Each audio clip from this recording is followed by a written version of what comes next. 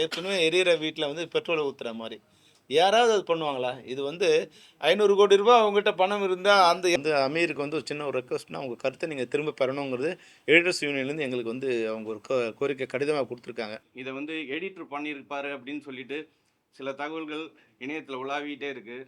Editor பண்ணணும்னு நினச்சிருந்தா இந்த விஷயம் எங்ககிட்ட வாட்டர் மார்க் இல்லாத ஃபுட்டேஜே இருக்கும். வாட்டர் மார்க் இல்லாத ஹச்டி பிரிண்ட் 2K பிரிண்ட் எங்ககிட்ட இருக்குது. இதே பிரதீப் ராகவ்கிட்ட இருக்குது. அவர் எதுக்கு எடிட் ரெஃபரன்ஸ்னு போட்ட ஒரு விஷயத்த அவர் இணையத்தில் கசிய விட்டு அவர் மாட்டிக்கிட்டு அவர் கேரியர் அவர் லாஸ் பண்ணணும். அது அவசியமே கிடையாது. போலீஸ் வந்து நீங்கள் நினைக்கிற மாதிரி இல்லை, மிகச்சரியாக அதை வந்து குற்றவாளிகளை நெருங்கிட்டாங்க. அவங்க எந்த விஷயத்தையும் வெளியே யார்கிட்டையும் நாங்கள் பிரதீப் கூட தொடர்பு கொள்ள முடியல. அவங்க அப்பா வந்து சொன்னார், இல்லை சார் போலீஸு யாரோட வந்து தொடர்பில் இருக்கக்கூடாதுன்னு சொல்லிட்டாங்க, எந்த தகவலையும் நாங்கள் பரிமாறக்கூடாதுன்ட்டாங்க. அவங்க சரியான திசையில் அவங்க போய்கிட்டு இருக்காங்க. எலெக்ஷன் செலவு பண்ணி அதை இது பண்ண முடியுமா? இது வந்து 500 கோடி ரூபா தூக்கி இது போட்டு அதுக்கு ஒரு செம்பத்தி வர முடியும்.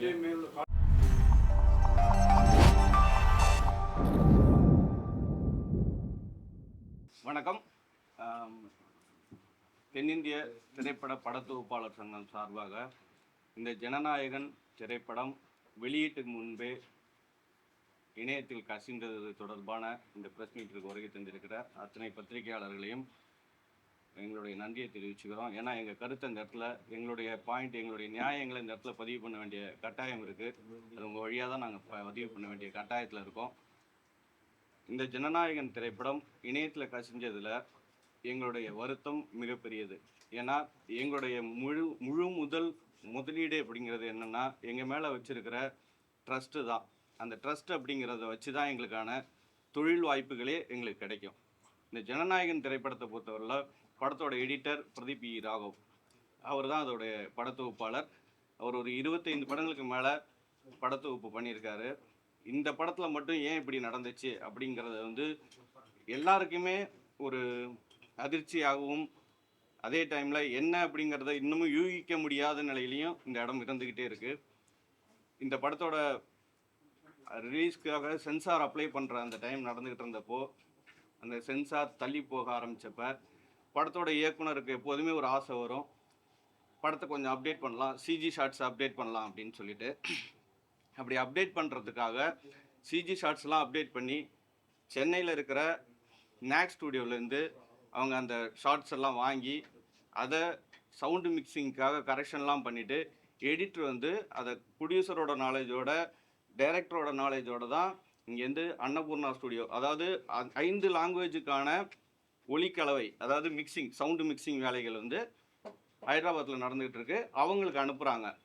இந்த ஃபைல் 14/1, அதாவது ஏன் வந்து எல்லாருமே கேட்டாங்க, ஏன் வந்து படம் 9ஆம் தேதி ரிலீஸ்ன்னு சொன்னீங்க, 14/1க்கு வந்து ஃபுட்டேஜில் வாட்டர் மார்க் போட்டிருக்கு அப்படின்னு.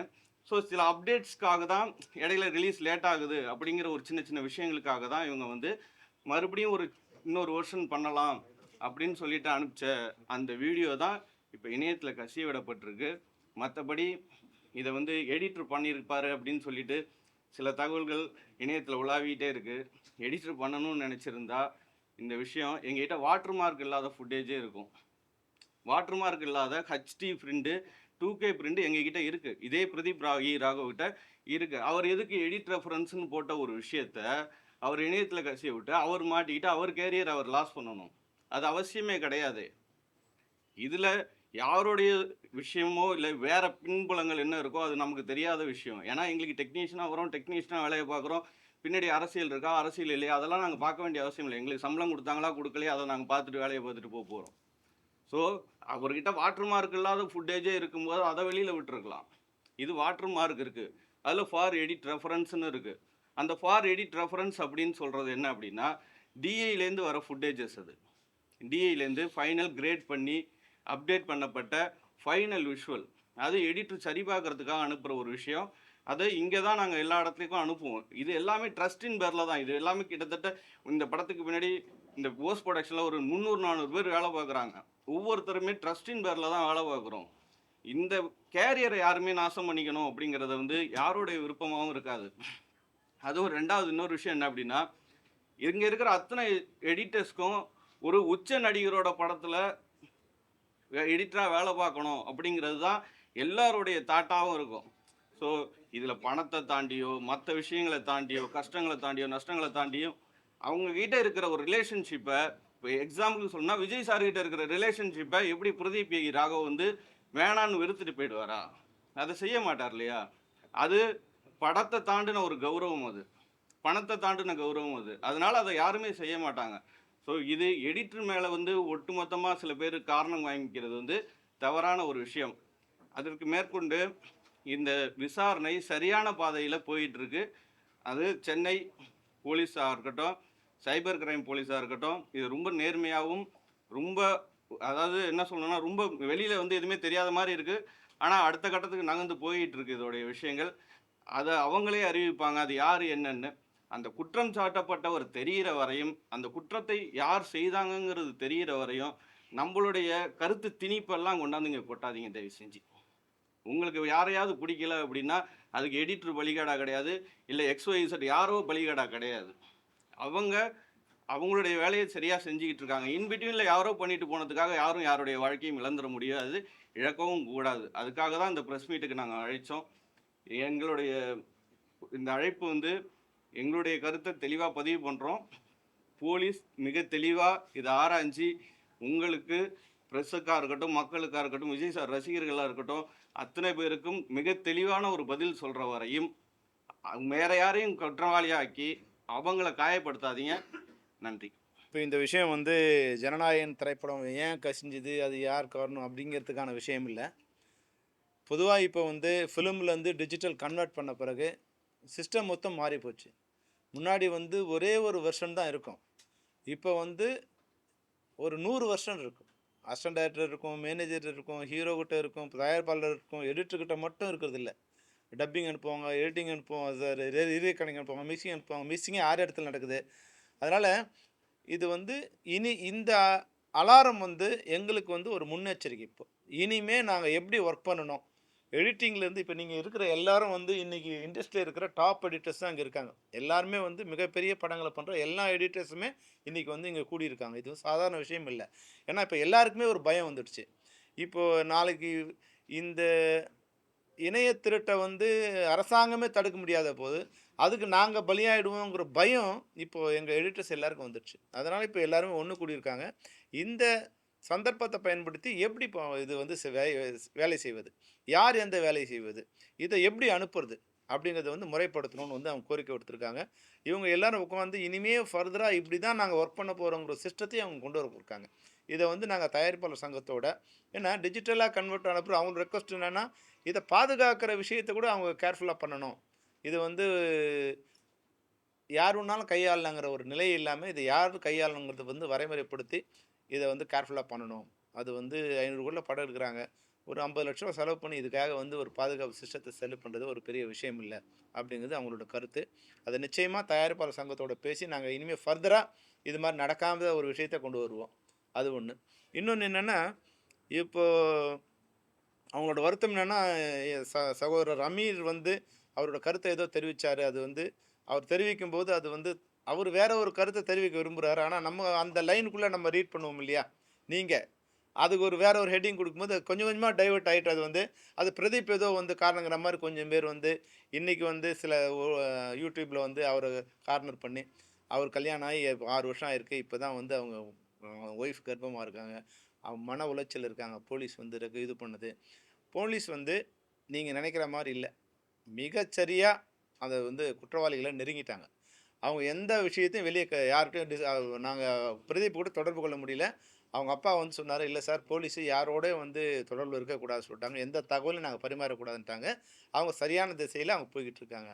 அதனால் வந்து நிச்சயமாக எங்களுக்கு தெரிஞ்சு வித்தின் அ வீக்கு அவர் அதுக்கு முன்னாடி கூட வந்து அந்த குற்றவாளிகள் யாருங்கிறத வந்து போலீஸ் அரெஸ்ட் பண்ணுவாங்க, நிச்சயமாக அரெஸ்ட் பண்ணுவாங்க. அதுக்கு முன்னாடி வந்து ஏதோ ஒரு கருத்தை சொல்லும்போது என்ன ஆகுதுன்னா, தனிப்பட்ட முறையில் அவங்க குடும்ப வாழ்க்கை பாதிக்கப்படுது. இன்றைக்கி வந்து அந்த அம்மா வந்து 8 மாத கர்ப்பிணியாக இருக்காங்க. அவங்க நேற்றுலேருந்து அழுதுகிட்டே இருக்காங்க. அதுக்கு வந்து நம்ம ஒரு காரணமாக ஆகக்கூடாது. வந்து அமீருக்கு வந்து ஒரு சின்ன ஒரு ரெக்வஸ்ட்னா, உங்கள் கருத்தை நீங்கள் திரும்ப பெறணுங்கிறது எடிட்டர்ஸ் யூனியன்லேருந்து எங்களுக்கு வந்து அவங்க ஒரு கோரிக்கை கடிதமாக கொடுத்துருக்காங்க. அதனால் நீங்கள் என்ன சொன்ன வந்தீங்கங்கிறது எனக்கு தெரியாது. ஆனால் நீங்கள் சொன்ன விஷயம் இது மாதிரி வந்து எடுத்தாளப்பட்டிருக்கு. அதனால் ஒரு பெரிய மனது பண்ணி நீங்கள் வந்து உங்கள் கருத்தை வந்து ரிவர்ஸ் பண்ணுங்க. அது எடிட்டருக்கு எந்த விதத்துலையும் காரணம் இல்லை. கோபி சொன்ன மாதிரி நான் என்னோட விசிட்டிங் கார்டை போட்டு திருடணுங்கிற அவசியம் இருக்கா? ஒரு பேங்க்கில் போய் திருட போகிறோம், என்னோட விசிட்டிங் கார்டை போட்டால் திருடுவாங்க. அது மாதிரி வந்து ஒருத்தர் அது மாதிரி தப்பு பண்ணணும்னு நினச்சா எடிட் ரெஃபரன்ஸ் நான் போட போகிறாங்க. இன்றைக்கி இருக்கிற டெக்னாலஜிகளில் வந்து செலோமணி ரெஃபரன்ஸ் போடலாம், இல்லை ட்ரம்ப் ரெஃபரன்ஸே போட்டு கூட நம்ம ஒரு அனுப்பலாம். அதனால் வந்து இதெல்லாம் சரியான திசையில் போயிட்டுருக்கு. அதனால் தயவுசெய்து பத்திரிகைகள் கூட வந்து எங்கள் டெக்னீஷியன்ஸை நீங்கள் காயப்படுத்தாதீங்க.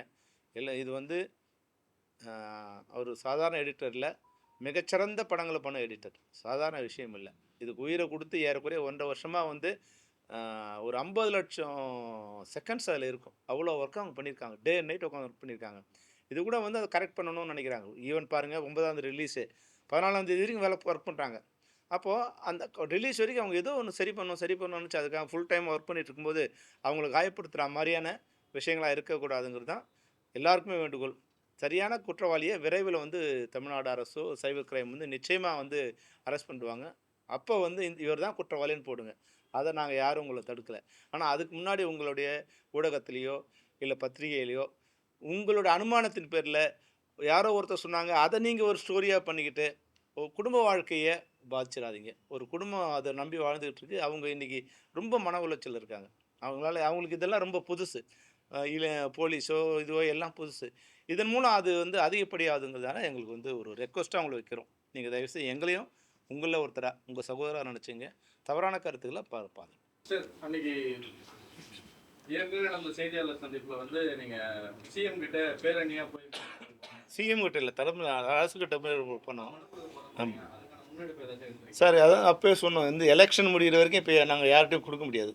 எலெக்ஷன் முடிஞ்சு புதிய அரசு வந்த பிறகு தான் நாங்கள் வந்து எங்களுடைய கோரிக்கை. அதுக்கு நிச்சயமாக அதுக்கான முன்னேற்பாடெலாம் நடந்துகிட்டு இருக்கு, பேசியிருக்கோம். நேற்று கூட அதுக்கான இது எப்படி பண்ணலான்னு பேசணும்.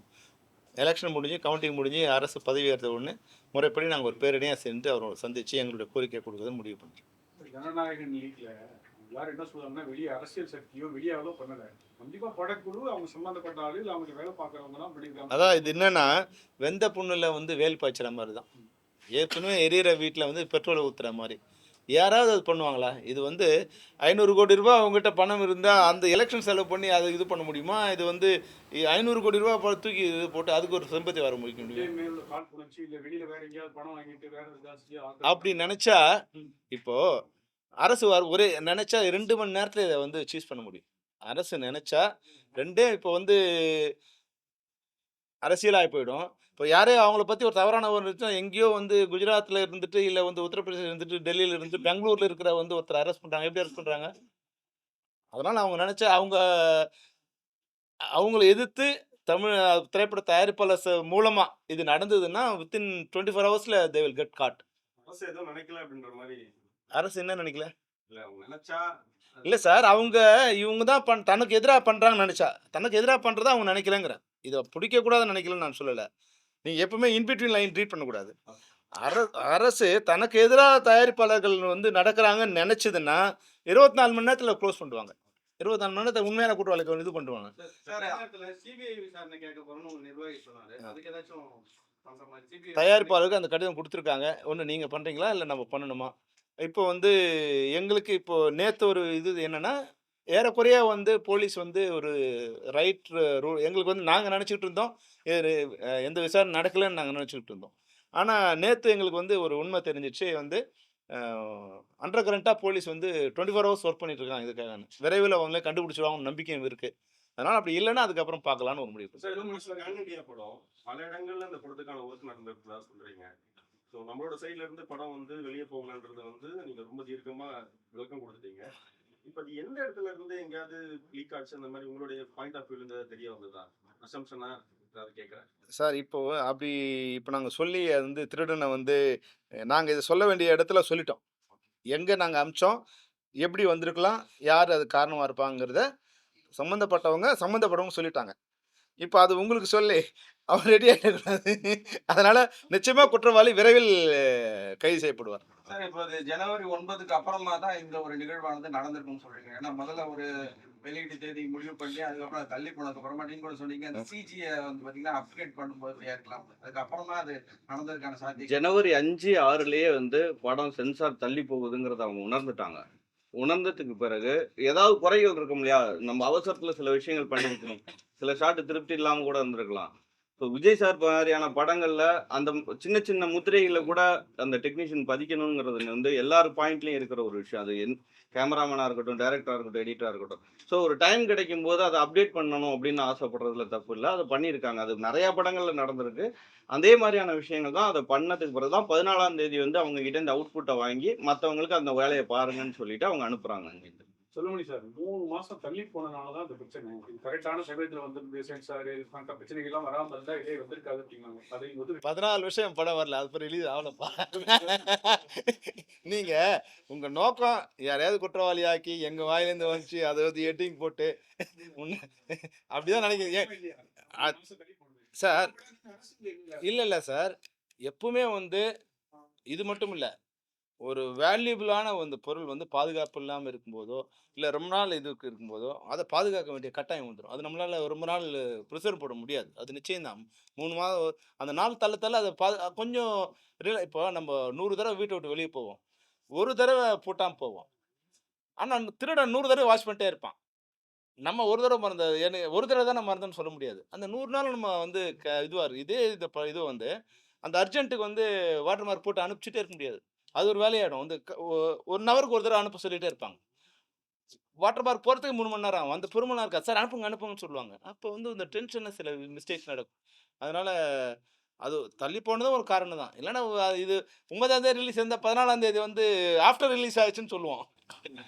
இந்த படத்துல நெக்ஸ்ட் டைம் ஈடுபடுறதுக்கு விஜய் சார் வந்து திருப்பி நடிக்க போறாரு.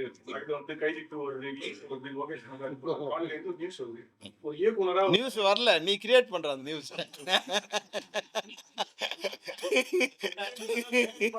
அதான் உன்னோட கருத்தை என் வாயில சொல்லி இப்ப நான் சொன்னேன்னு சொல்ல வைக்கிறதுக்கான முயற்சி நீ பண்ற. அப்படிலாம் எதுவும் அது மாதிரி எதுவுமே இல்லை. சார் இப்ப டெக்ல இருந்து நம்ம எடுத்துக்கிட்டோம்னா டெக்கு நம்ம திருட்டு டிவிடி வந்தது, மெமரி கார்டுல காப்பி பண்ணாங்க. இது ஒவ்வொரு காலகட்டத்திலயும் பாத்தீங்கன்னா பைரசி கண்டிப்பா தொடர்ந்து நடந்துட்டு தான் இருக்கு. நம்ம இந்த மாதிரி ஒரு சம்பவம் நடக்கும்போது மட்டும்தான் அது மேல கான்சன்ட்ரேட் பண்றோம். அதுக்கப்புறம் ஒன்றும் பெருசா அதை கண்டுக்கிற மாதிரி தெரியல.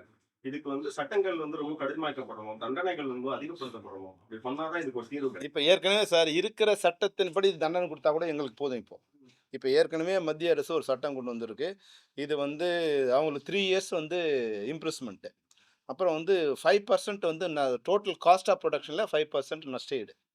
புரியுதுங்களா? இப்போ இது வந்து 500 crores வச்சுங்க. 5% தயாரிப்பாளருக்கு வந்து கம்மியாக இருக்கும். ஆனால் திருடனுக்கு அது பெரிய அமௌண்ட்டு. 25 கோடிங்கிறது 3 வருஷம் ஜெயிலில் இருக்கணும். அப்போது மற்றவனுக்கு பயம் வரும். இப்போ குறைஞ்சபட்சம் இருக்கிற சட்டத்தை வந்து அமுல்படுத்தி திருடனை கண்டுபிடிச்சி அவனுக்கு தண்டனை வாங்கி கொடுத்தாவே எங்களுக்கு முதல்ல போதும். அதுக்கப்புறமா அதை அப்டேட் பண்ணலாம். முதல்ல இருக்கிற சட்டத்தின்படி அவங்களுக்கு முதல்ல அரெஸ்ட் பண்ணால் நல்லது. சார் மத்திய அரசு சட்டம் நீங்க சொன்னீங்க, பெப்சி தரப்புல இருந்து ஏதாவது வரையறை ஏதாவது இருக்காது? ஒருவேளை தவறு செய்யக்கூடிய நபர் உங்க யூனியன் மெம்பரா இருக்கக்கூடிய பட்சத்துல சார் யூனியன் மெம்பராக இருந்தாலும் சினிமாவில் நான் ஒர்க் பண்ண மாட்டேன் சார் அவங்களோட சேர்ந்து. அது எங்கள் யூனியன் மெம்பராக பண்ண மாட்டாங்க. 100% பண்ண மாட்டாங்க சார். 100% 1000% எங்கள் மெம்பர்ஸ் அது மாதிரி தப்பு பண்ண மாட்டாங்க. அப்படி தப்பு பண்ணாங்கன்னா நிச்சயமாக அவங்க வந்து சினிமாவில் இருக்க முடியாது. கோபி சார் டெக்னாலஜில ஒவ்வொரு இதுலயும் மார்க்கர் போட்டிருக்கு. நீங்க எந்த ட்ரெண்ட் வெளியே அனுப்பினாலும் இந்த இடத்துல இருந்தா போன் கண்டுபிடிச்சிடலாம் அப்படின்னு சொல்றாங்க. இந்த படம் கிட்டத்தட்ட முழு படம் வந்தா அது சொன்ன மாதிரி 2 மணி நேரத்தை கண்டுபிடிச்ச முடியாதா? இன்னைக்கு டெக்னாலஜி இந்த இடத்துல போனது இங்கே தான் வந்துருக்கு அப்படின்னு. சார் இந்த இது வந்து total water mark sir. Water மார்க்கை வச்சு நீங்கள் கண்டுபிடிக்க முடியாது. நீங்கள் ஏதாவது ஸ்பெசிஃபிக்காக கியூபில் கொடுக்குற மாதிரி ஏதாவது கிஆர் நம்பர்ஸ் அது மாதிரி ஏதாவது நம்ம ஸ்பெசிஃபிக்காக இருந்துச்சுன்னா அது நடக்கும். இங்கே வந்து நம்ம டெக்னீஷியன்ஸ்குள்ளே அனுப்பிக்கிற அந்த பிரிண்ட்லலாம் அதை நாங்கள் யாருமே இம்ப்ளிமெண்ட் பண்ண மாட்டாங்க. நம்ம இன்டர்னல் இன்வெஸ்டிகேஷன் நடத்தணுமா சார்? நம்ம டீம் நம்ம அதை விசாரணை பண்ணோம் சார். விசாரணை பண்ணி அந்த ரிசல்ட்டை போலீஸ் சொல்லிட்டோம். நம்ம அந்த இன்வெஸ்டிகேஷன் ஆமாம், யார் எங்கே அமிச்சோம், எப்போ அமிச்சோம், யார் யாருக்கு அமிச்சோம், அதில் யார் யாரெல்லாம் சம்மந்தப்பட்டிருக்காங்க அப்படிங்கிற டீட்டெயில் எல்லாம் வந்து போலீஸ்க்கு கொடுத்துட்டோம். சார் அந்த படத்துக்கு தயாரிப்பாளர் இருக்கு சார். இன்னி வரைக்கும் பெருசா ஒன்றும் பேசல. ஒரு வீடியோ அவர் அதில் ஒரு பிரச்சனை வரக்கூடாதுன்னு நினைப்பாரு. அவர் உங்களை பார்த்தா வேற ஏதாவது ஒன்று கேட்பீங்க. அதனால வந்து இதில் அந்த நஷ்டத்தோட அந்த நஷ்டம் பெரிய நஷ்டமா இருக்கும். சார் இல்லை சார், அவங்கவுங்க பிரச்சனை இல்லை சார். எப்பவுமே என் பிரச்சனைன்னு வரும்போது இவர் தான் பேசுவார். என் பிரச்சனைக்கு நானே பேசினா நல்லா இருக்காது. அப்போ அவர் பிரச்சனை வரும்போது நான் பேசுவேன். ஜக்குபாய் பிரச்சனை வரும்போது அவர் பேசவே இல்லை. சம்மந்தப்பட்டு யாரு அவங்க அப்புறம் வந்தாங்க. முதல்ல இண்டஸ்ட்ரி தான் வந்து அது இதுவாச்சு, அவங்களுக்காக வந்தது. அதனால் வந்து இது எனக்காக பண்ணுன்னு சொல்கிறது இந்த நேரத்தில் அவர் இதுவாக இருந்தோ பேசாமலே அவர் நடக்குதில்லை. பேச வேண்டிய அவசியம் வந்தால் பேசுவாங்க. நன்றி நன்றி நன்றி. இருக்காங்கிற பேர் அவங்க சொல்லிட்டு அவங்க எடிட்டர்ஸ் யாராக இருக்காங்கன்னு தெரியும். கலந்துட்டு வருஷ பேர் Vadivudaiyan Vadivel Ilaiyaraaja Mahendran Babu Joseph Meenakshi Sundaram Preethi Gopalakrishnan Shankar sir Don Bosco Kevin Krishnamoorthy sir Subbu sir Don Bosco John Dominic John Matt John Abraham Naguram GK Prasanna sir Srinivasan sir Ashok Mehta sir Balaji sir and Dinesh Ponraj sir Umashankar Babu செயலாளர் சார் எல்லாமே வந்து இன்றைக்கி ரெப்யூட்டட் எடிட்டர்ஸ் சார் இவங்க எல்லாருமே வந்து இன்றைக்கி டாப் படங்களை இவங்க 1 to 25 படம் பண்ணுறவங்க இவங்க தான். இவங்க எல்லாருமே கொஞ்சம் பேர் வந்து அவங்க கிளம்பிட்டாங்க. இன்றைக்கி எடிட் பண்ணுற எல்லா எடிட்டர்ஸும் ஒன்று சேர்ந்துருக்காங்க. இதை ஒழுங்கு பண்ணணும். அதாவது இந்த பிரச்சனையை இதுக்காக இல்லை, இதை இனிமேல் ஃபர்தராக ஒழுங்கு பண்ணி எல்லாரையும் சேவ் பண்ணணும், திரைப்படத்தையும் சேவ் பண்ணுங்கிற ஒரு நல்ல எண்ணத்தில் எல்லோரும் சேர்ந்துருக்காங்க. அவங்களுக்கும் நன்றி, உங்களுக்கும் நன்றி.